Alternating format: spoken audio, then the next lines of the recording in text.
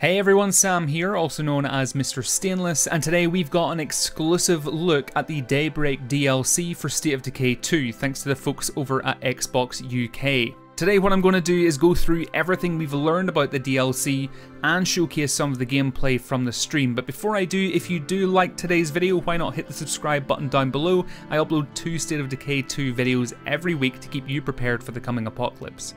So first of all, it looks like the Daybreak DLC will be playable via a separate launcher. Now if you remember back to the Year 1 Survival Edition of State of Decay 1, when you booted up the game you got to choose whether you wanted to play Breakdown, Lifeline or the base game. Then it loaded up from there. It seems that this is going to be the case here too as well with Daybreak. Secondly, we actually got a little more information about what the Daybreak DLC is all about. As you can see at the bottom right of the screen, it says that we are a mercenary soldier on a mission for Red Talon. We have to defend our position from attacking zombies as a technician hacks the relay tower for critical data. The longer we can last, the more rewards we'll earn. It's also likely safe to assume that not only will we earn more rewards, but the longer we last, it's highly likely that the value of the items that we earn will increase too. While playing Daybreak, you'll earn a currency called Prestige, which you'll be able to use to purchase high-grade weaponry from a new trader in the single-player version of the game. This trader can be contacted via our radio in-game, and the weapons that they'll stock will be weapons that are used here in the Daybreak add-on. Now speaking of weapons, next we got a look at the starting setup screen. So as you may know, of course we do get to play as a Red Talon operative in the Daybreak DLC, and as such we have some pretty beefy weaponry to choose from and go into the game mode with. So it seems that we choose 3 categories of gear, each with their own weaponry pool to draw from: ranged, melee, and then on-hand tools or throwables. Now, the key thing to remember if you are playing this in co-op is that you will all be sharing ammo, so you don't have your own kind of accessible ammo like you would have in State of Decay 2's cooperative. You don't have your own unique containers, it's shared containers. I think that's something that potentially may need to be looked into going forward, but I can see why they've introduced it in the way that it is after you see the gameplay. Kind of having a shared pool of containers kind of increases the difficulty as you're all working off the same resources. Equally, for those of you who have been dying to see Cleo appear in the game, your wishes have finally been granted. You can actually see on the weapon select screen that some of them are Cleo issue, but not only that, the relay tower that the technician is hacking into is actually the Cleo satellite network, so it is entirely possible that this could see a return of the Cleo drops in the main game. One thing though that players had been hoping for is that we'd be playing through Daybreak as Sasquatch. That is unfortunately not the case. In the gameplay that we saw, the players play through the DLC as a covert Red Talon operative with a pretty cool outfit on, I may add. Equally, it should be noted that you won't be alone as you play through this game mode. In the gameplay that we saw, there were a couple of other AI-controlled Red Talon operatives equally at the location just to give a helping hand. Not only that, but if the technician does take some damage, you can bandage them to try and get some of their health back, which is a really nice touch.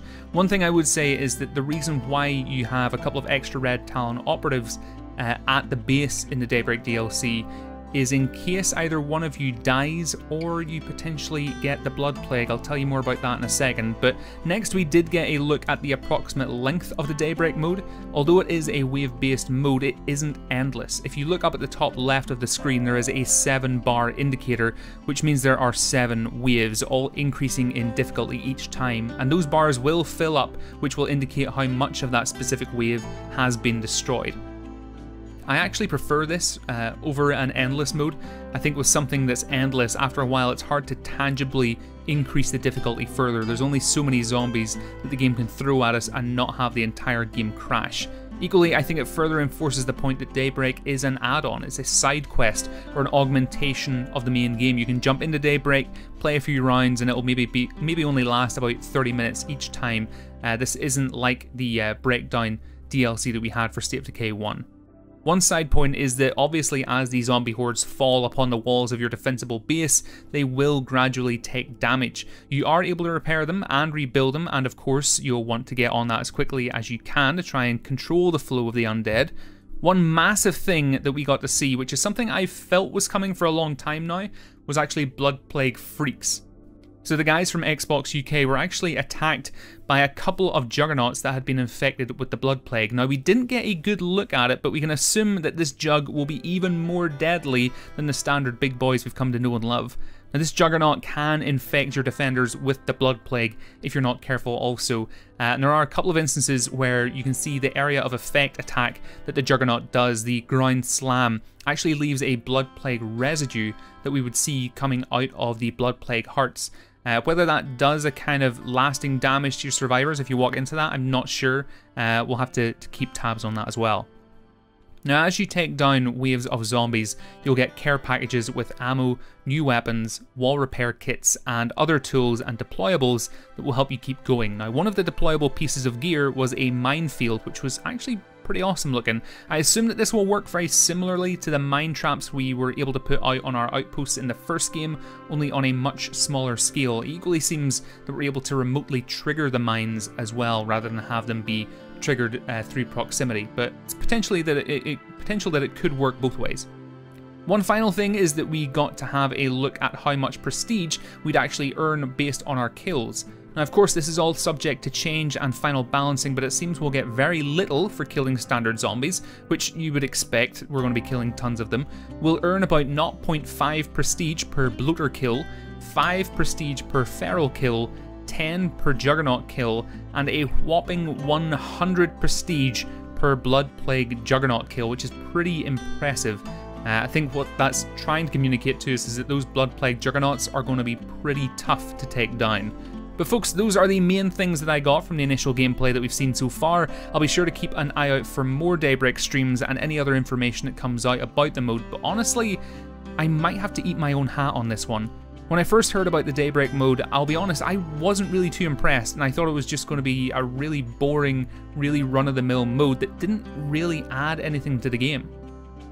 From what I've seen so far, it seems that, sure, Daybreak is a pretty standard horde mode-based game mode, but it's actually really good at keeping with the overall lore of the game and helps scratch that story itch that so many of us have, as it kind of fills in these blanks and sets a foundation with these Cleo drops and the Red Talon operatives going in these missions. One thing I really like was how the mode introduces this new currency to the game as well, and how it'll equally add a whole swathe of new weapons for us to play with. But there's a couple of things I'd still love to see and get clarification from the developers on. It would be great if we could get the Red Talon operatives that we see in the Daybreak DLC into our community. It's great having weapon variety, but I know a lot of us would love to have some pretty cool looking survivors just like these guys to add to our ranks. Not only that, but I'd equally love to get more information on how this integrates with the main game mode. Does this mean that Cleo drops are going to be a thing again? Are we going to see Blood Plague juggernauts in the base game? There are so many questions still left relatively unanswered, but folks, let me know what you think down in the comments below. Like I said, no doubt Undead Labs and other press outlets will be giving us a lot more information on Daybreak now that Gamescom is underway, so I'll be sure to keep you all updated. As well, we did not get any confirmation or any indication of a release date on the Daybreak DLC. We know it is going to be coming in September. We haven't been given a confirmed date yet, so the moment that comes out, I will be sure to update you, whether in a video or just on a post on the community side of my YouTube page as well. But in the meantime, if you want to be kept notified of when my new videos go live, do of course hit the subscribe button down below. But until next time, have a great week. I'll speak to you all soon.